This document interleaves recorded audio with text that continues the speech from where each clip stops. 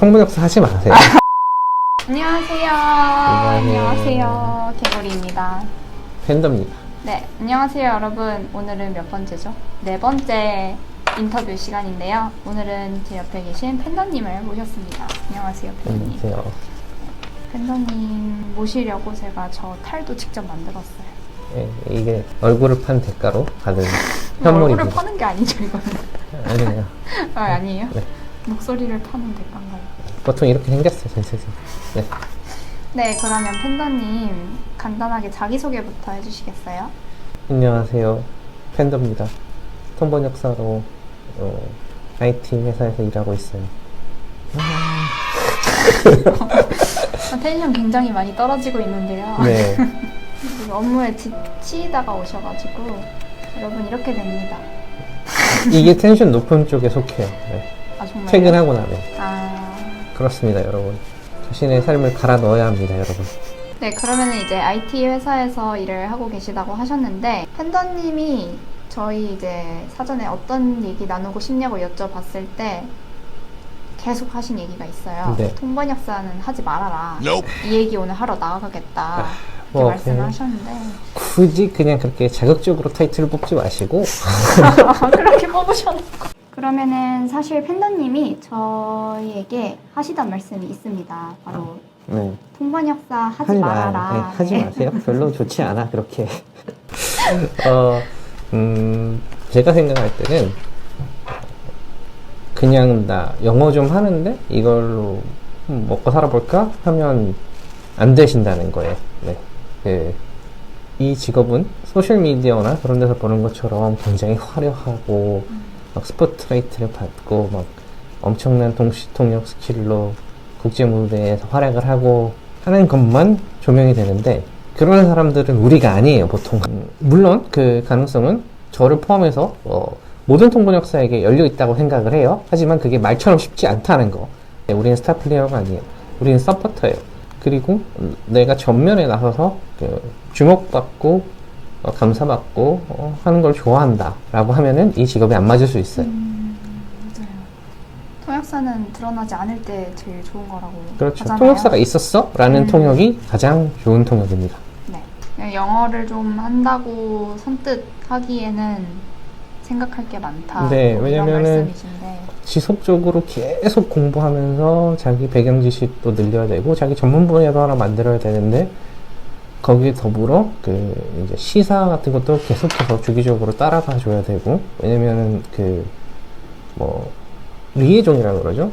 VIP 분들을 수행하는 통역을 할 때는 상대방이랑 현재 시사 이슈 같은 거 이야기하기도 하고 현재 정세 같은 것도 이야기하고 그렇기 때문에 그런 부분에 대해서 이야기를 할 때 내가 아는 게 없으면은 통역을 하기가 힘든단 말이에요. 통역은 언어 실력 반, 배경 지식 반이에요.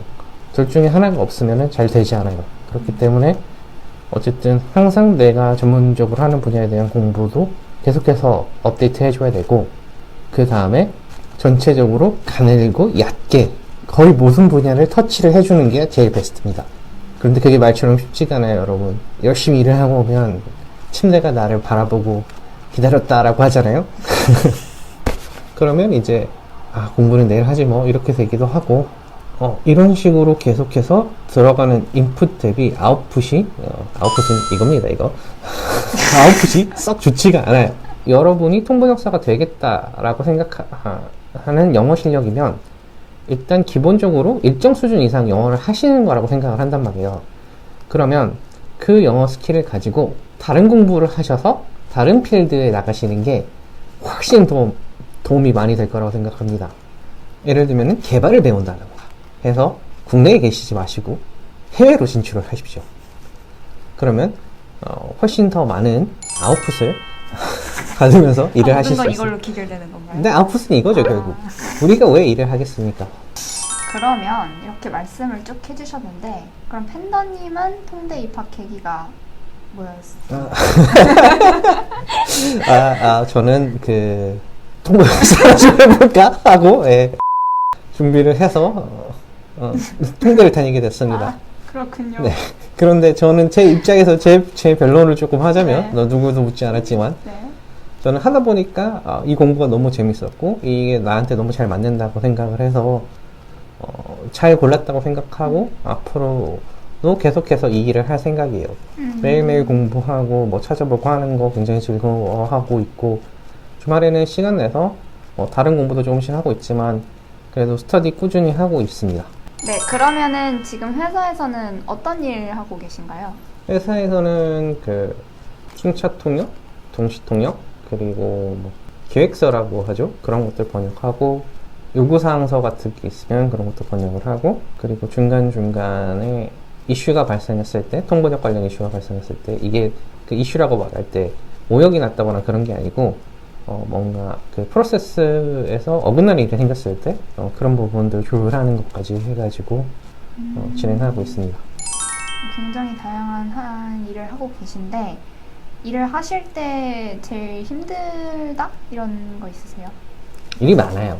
일이 많아요? 일이 많고 그러면은 또 일을 하시면서 또 뭔가 보람이 느껴지거나 하실 때도 있을 거 아니에요? 한국어를 모르는 클라이언트와 영어를 모르는 클라이언트가 만나서 완벽하게 내 통역으로 의지를 해서 비즈니스를 진행해야 되는데 그 비즈니스가 그냥 누가 봐도 잘 됐어. 의견도 딱딱 맞고 계약 체결이 딱 됐고 그래서 아웃풋이 좋게 나왔어요. 그리고 그래서 그 클라이언트가 저를 다시 불러줄 때 그때 보람을 많이 느껴요. 다시 날 찾아줄 때? 네. 클라이언트가 나를 다시 불러준다는 거는 뭔가 인증받았다라는 느낌이 들고 보람도 느껴지는 일이고 맞아요. 네, 저는 그렇다고 생각해요. 네, 그러면은 사실 저희가 이런 질문을 상당히 많이 받았는데 네. 통번역 대학원도 그렇고 일단 이 업계 자체가 좀 여초잖아요. 그래서 남자도 이제 통역사로 살아남을 수 있냐, 뭐 괜찮냐 이런 댓글이 은근히 많이 달렸었어요. 혹시 이 부분에 대해서는 어떻게 생각하세요? 있습니다. 그 남자가 적어서 그 여초 현상이 생긴 거지. 사실 외국 같은 경우에는 남자 통번역사 비율이 더 높은 국가들도 있어요. 그래서 뭐 기업이나 그 프리랜서 시장에서 남녀를 가리지 않고 뽑는 포지션이 있는데 그냥 우리가 한국에선 통번역사가 여자가 많잖아요. 그래서 여자가 8명 지원하고 남자가 2명을 지원을 하면은 그 중에서 여자가 더 뽑힐 가능성이 높죠. 그런데 그 여자만 뽑는 포지션, 남자만 뽑는 포지션이 있단 말이에요.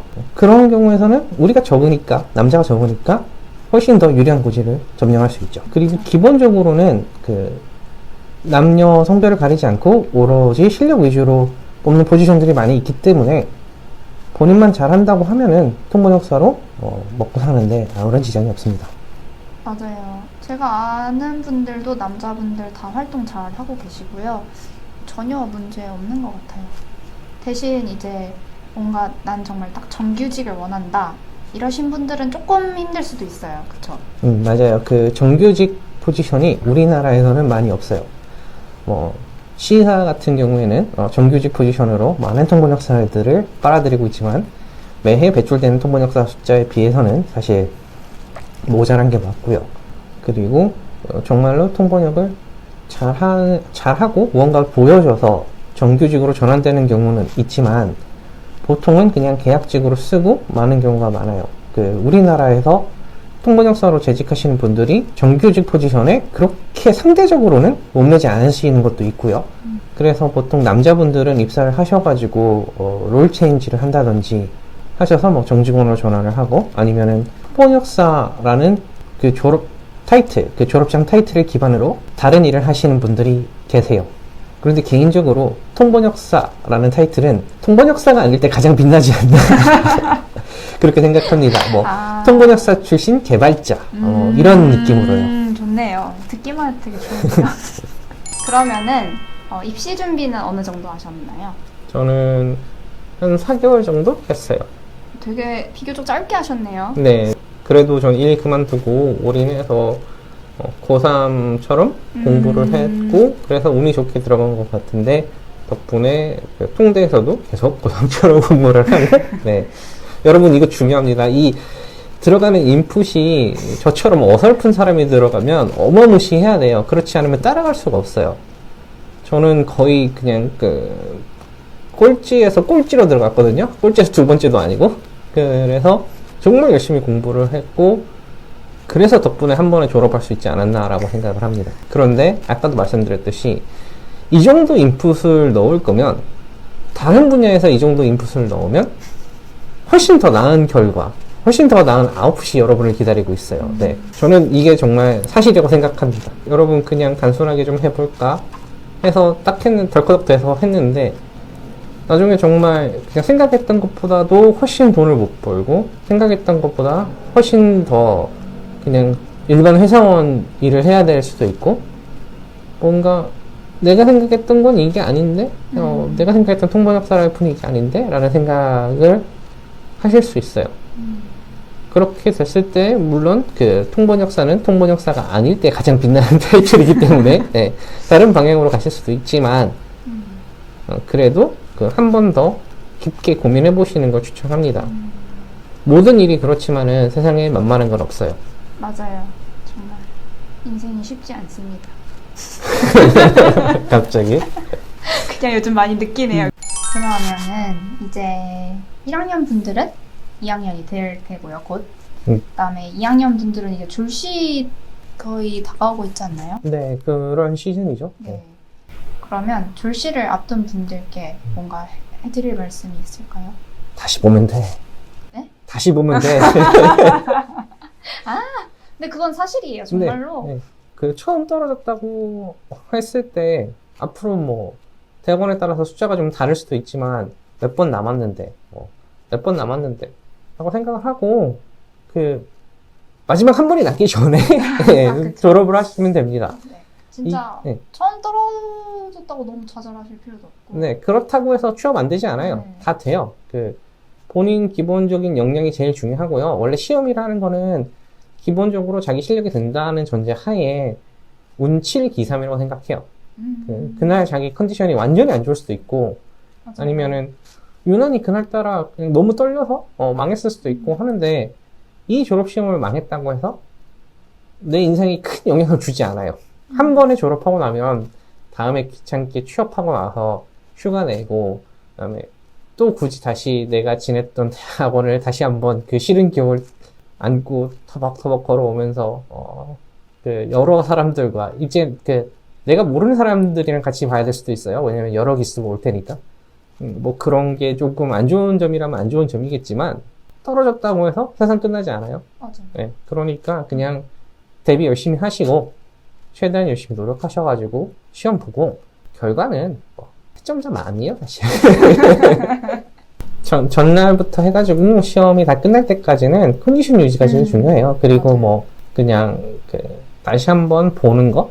그리고 만약에 내가 그러한 체력이 된다 그러면은 스파 잡고 스터디 짧게라도 한 번씩 해보는 거? 뭐 그런 건데 이게 막 눈에 불을 켜고 공부를 해야 돼 하면서 공부를 하실 필요는 없어요. 그냥 전체적인 폼 유지, 그다음에 전체적으로 그냥 계속 뇌를 불려주는 거. 제가 통번역 할 때 들어가는데 캡타가 있으니까 거기에 이제 포커싱을 맞춰가지고 컨디셔닝을 한다고 보시면 되지. 그때 막 공부한다고 해서 불합격할 사람이 합격하고 합격할 사람이 떨어지는 경우는 있더라고요. 네, 그렇습니다. 네, 그렇습니다. 그리고 아까 뭐 말씀드린 거에 추가로 말씀을 드리면 일정 수준으로 통번역을 한다고 하면 그래서 그게 틀린 아웃풋이 아니면은 이제 그때부터는 조금 취향의 영역도 중요하거든요. 그렇기 때문에 여러분이 최선을 다해서 내가 할 수 있는 최고의 아웃풋을 내는 데 집중을 하시고 결과는 이제 교수님께 맡기시면 됩니다. 그리고 시험 보실 때 꼭 약간 예기치 못한 상황이 일어날 수 있다는 거 꼭 항상 기억을 하셨으면 좋겠고요. 저는 번역 시험 볼 때 컴퓨터 오류 계속 나와가지고 자리 계속 바꿨거든요. 그래요? 네. 그런 일이 3번 있었구나. 바꿨어요. 네. 진짜로 되게 당황스럽고 정말 끝나고 그래서 울었어요. 너무 아유, 긴장이 참. 풀려가지고. 근데 네. 제 선배분이 그런 일이 일어날 수도 있다라고 말을 해준 게 기억이 나서 그래도 시험을 끝까지 볼 수 있었던 것 같아요. 그래서 맞습니다. 항상 예기치 못한 상황이 생길 수 있다는 네. 거. 내가 감기 걸려가지고 기침을 막 해야 돼도 순찰을 해야 되고 동시를 해야 될 수 있습니다, 여러분. 그래서 그런 것들만 조심하시면 될 것 같아요. 네, 변수를 최소화하려고 노력하시는 것도 중요할 것 같고요. 어쨌든 그냥 2년간 열심히 한 결과가 나온다고 생각하면 떨어지면 세상이 무너질 수도 있겠지만 그렇지 않다는 거 그냥 진짜. 시험 다 보고 나면 코로나니까 해외는 못 가더라도 어디라도 놀러 가십시오. 그러면은 이제 올해가 얼마 안 남았잖아요. 그렇죠. 벌써 그렇게 됐네요. 2022년이 곧 다가오고 있는데 네. 뭐 이제 올해가 가기 전에 뭔가 목표가 있다면 뭐가 있을까요? 남은 휴가 다 소진하기? 아. 네, 그 정도로 되겠습니다. 이분 진짜 일 많으시거든요. 네, 맞습니다. 휴가를 꼭 다 쓰시길 다 쓰시지 못할 것 같긴 한데 다 쓰시길 바랍니다. 뭐 대충 네. 절반 정도는 쓰시길 바랍니다. 네, 네. 그래도 여기저기 이렇게 지뢰처럼 숨겨는 왔는데 네, 아직도 좀 많이 소진해야 될 게 남아서 네, 그렇습니다. 그럼 마지막으로 네. 이제 뭐 소감이나 마지막 한마디? 통번역사 하지 마세요. 네. 이렇게 막 정제된 버전의 인터뷰를 진행했지만은 여러 가지 안 좋은 일이 있고 여러 가지 힘든 일들이 많아요. 예를 들면은 영어를 하나도 모르는 클라이언트가 여러분의 산출물을 지적하면서 이거 왜 이러냐라고 하는 거를 계속해서 영어 선생님처럼 설명해 줘야 될 수도 있고 그 사람의 그 요구 조건에 맞춰서 그 번역을 바꿔야 될 수도 있어요. 그런데 여러분 기억하셔야 돼요. 그 번역은 꽤나 오래 남아요.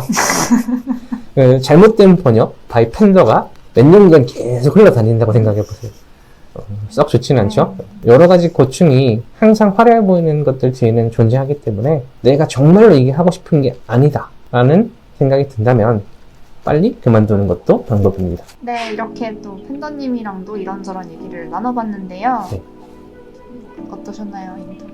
모르겠어요. 저는 이 채널이 폭풍적으로 성장을 해서 많은 분들이 이 영상을 안 봤으면 좋겠어요. 그래? 그것도 무슨... 네, 농담이고요. 여러분, 진짜 농담이 아니고, 통번역사 대충 해볼까? 라고 했을 때, 막 보고, 학원 가면은, 마일드한 맛으로 이럴 것이다 라고 보여주세요. 아닌 것 같다 싶으면, 그냥 그만두십시오. 막연히 이게 취업이 잘 된다더라. 아니면, 이러면, 어쨌든, 그냥 먹고 산다거나, 라고 말을 하잖아요. 그런 생각에 내가 할 줄 아는 건 영어 정도밖에 없으니까 이걸 하겠다라고 하지 마시고 내 영어 실력을 기반으로 개발을 배우세요. 개발이 답입니다, 여러분. 저도 배워야겠네요. 네. 저도 이제 통번역사 출신 개발자를 꿈꾸면서 한번 해보겠습니다. 네, 여러분 가능합니다. 네. 네, 그러면 이렇게 나와서 말씀 나눠주셔서 너무 감사하고요. 네, 불러주셔서 감사합니다. 네, 꼭 연차 소진하시길 바라면서 아이고. 네, 인사를 드리겠습니다. 재밌게 보셨으면 좋을 것 같고요. 또 기회가 되면은 다른 분들 모시고 얘기 나눠보는 시간 가져보겠습니다. 모두 안녕.